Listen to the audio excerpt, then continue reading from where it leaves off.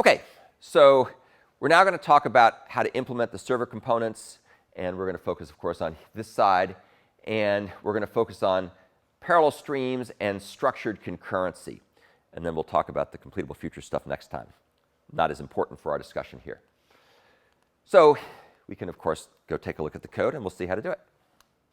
So here we are in the code for this particular example, and we're going to take a look at how the server side is implemented. This is the generic part. This is the part that's good for all the different strategies.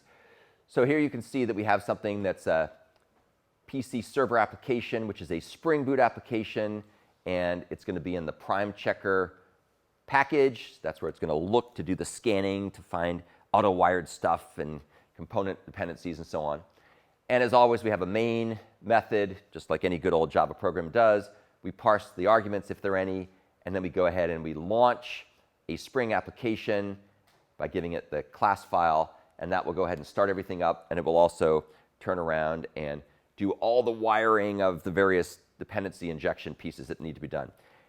Just for kicks, down here, I've also added a few new things that we didn't talk about before very much. This enables Spring to use a virtual thread for each request that comes in. If we don't do these things here, then it will use a pool of threads. That's the old school way of doing things. Perfectly acceptable, especially for this example. But now we're going to have a virtual thread for each incoming client request. And notice how easy it is to do that, because Spring is set up with these beans, and these mechanisms can be used to configure the inner workings of Spring. Remember, Spring has this configuration over convention. Oh, it's a convention over configuration. I always get that backwards.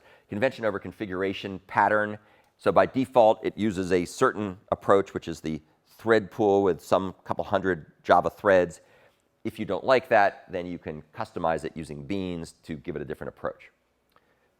Okay, so that's basically the server, the microservice app. Here is the controller.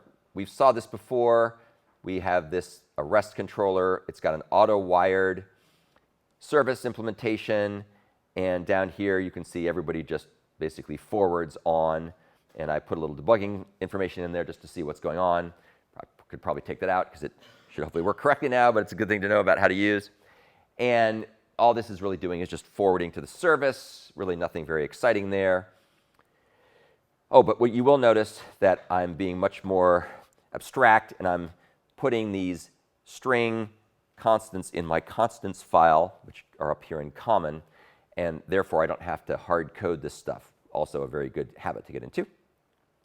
Here is the service implementation, much like we looked at on the slides. We got a bunch of different strategies. This is the default, this is the check if prime implementation, which just forwards a single prime candidate to be checked for whatever strategy is being requested. Down here, we do the same kind of thing, except this time we have a list that we're doing. And then where it gets interesting, of course, are the strategies themselves. Here's the abstract strategy class, which, as you can see, has the default implementation here. And I put some debugging stuff in there, again, just to make it easy to see what's going on.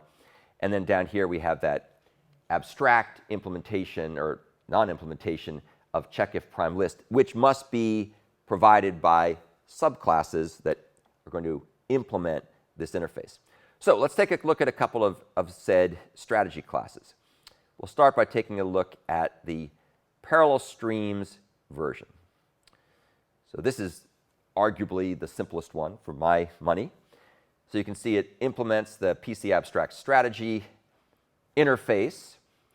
And then here's what it does. So remember, from the PC abstract strategy interface, we get the default implementation when there's a single prime candidate. They all work the same way on that because there's really no way to do concurrency for that one, or parallelism. But for the implementation here, where we've got a list of things, we can actually do it in parallel. And here's what we're going to do. And this is actually pretty cool. You'll notice that we pass in a parameter here that says parallel. So the way this is going to work, if parallel is true, we're going to use a helper method called stream in the stream support helper class. And we're going to take the list of integers, and we're going to call it splitterator, which just basically says, here's a way to crack this up into small chunks. and we're going to pass in the parallel Boolean, which will either create a sequential stream if parallel is false, and so all this code will run sequentially, or it'll be a parallel stream if parallel is true. So the cool part about this code is written in an identical way, and it will either run in parallel or sequentially depending on the parameter the client sent it. So that's kind of cool. So irrespective of whether it's parallel or sequential, every integer in that prime candidates list is going to be mapped, which just means we're going to take each integer and we're going to apply this method reference, which is just going to check to see if the integer is prime. If it's prime, it returns 0, otherwise it returns its smallest factor. And we're then going to turn this into the result list, which would be the list of factors that we got back from this check. And this toList calls triggers everything to run. It collects the results into a list, stores it in this variable, and then we can print the results if we want to, if we're debugging, and we return the results. So that's all you have to do for the parallel or sequential streams version. So I like this solution because, for my money, because I like functional programming, I think this is super, super easy to understand. Let's now go take a look at the structured concurrency model. And you'll see that it implements PC abstract strategy, just like the parallel streams version.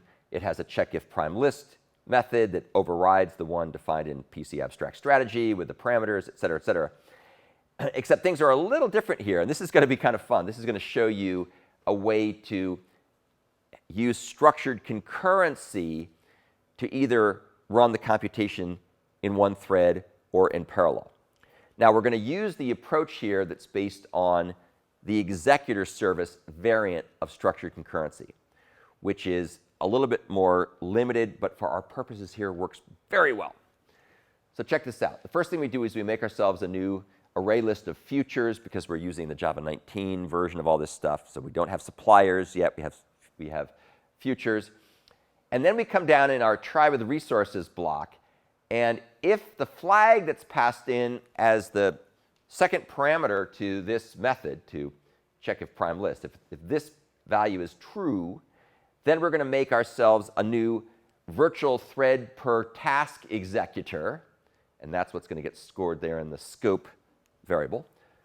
Otherwise, what we're going to do is we're going to make a new single-threaded executor, which will only have a single thread of control. So if parallel is true, we're going to use a new virtual thread for each submission of the task. Otherwise, we're going to use a single thread, which will only have a single thread of control for everything we're going to submit. It'll just queue up the results and process them one at a time. So whatever we did, we now have ourselves the right kind of executor service. We then use a good old Java for each loop. We iterate through all the prime candidates that were passed in as a parameter. And for each of those, as you can see, we're going to submit a task. And the task is just going to check to see if something's prime.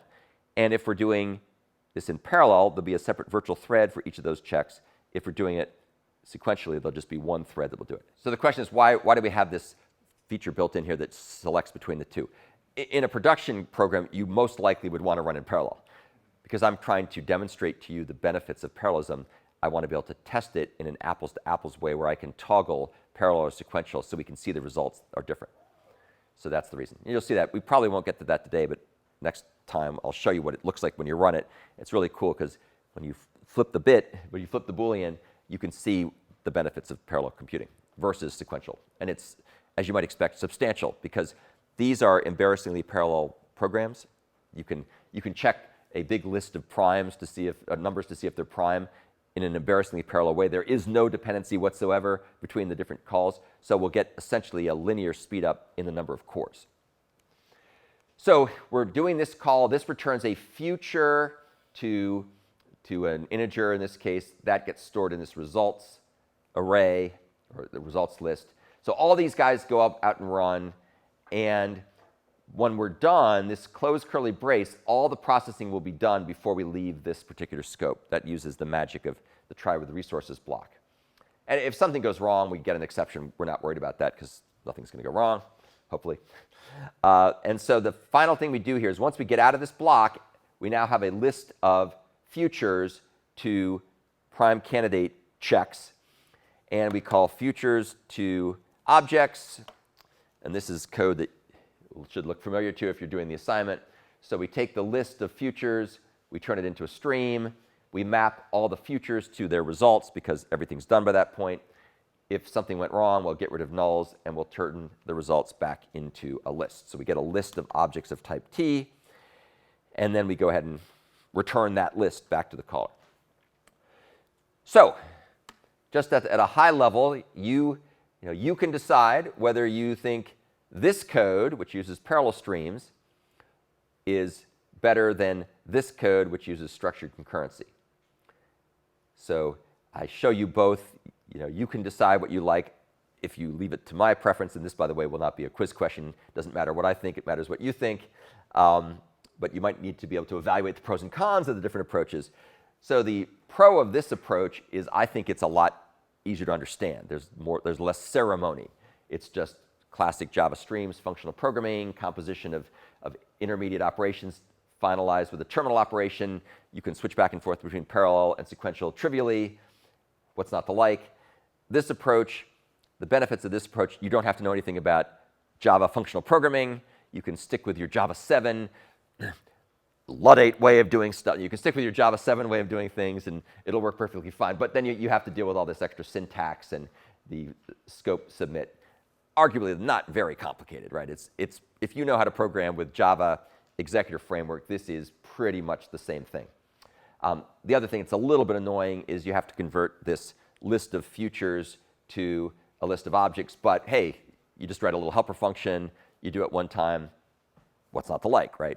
So keep those things in mind as we go through this. You'll see when we talk about the structured task scope solution, it does have even more syntax you have to be aware of, like you have to be aware of fork and join and throw if fail and so on if failed. But it's not the end of the world. So a programmer who can understand concurrency can certainly understand how to deal with that. But it's really fun, I find it fun at least, to compare and contrast these different approaches. Next time, as I mentioned, we're going to do the completable futures implementation, and you'll get yet another way to do this stuff, which is cool. OK, so that is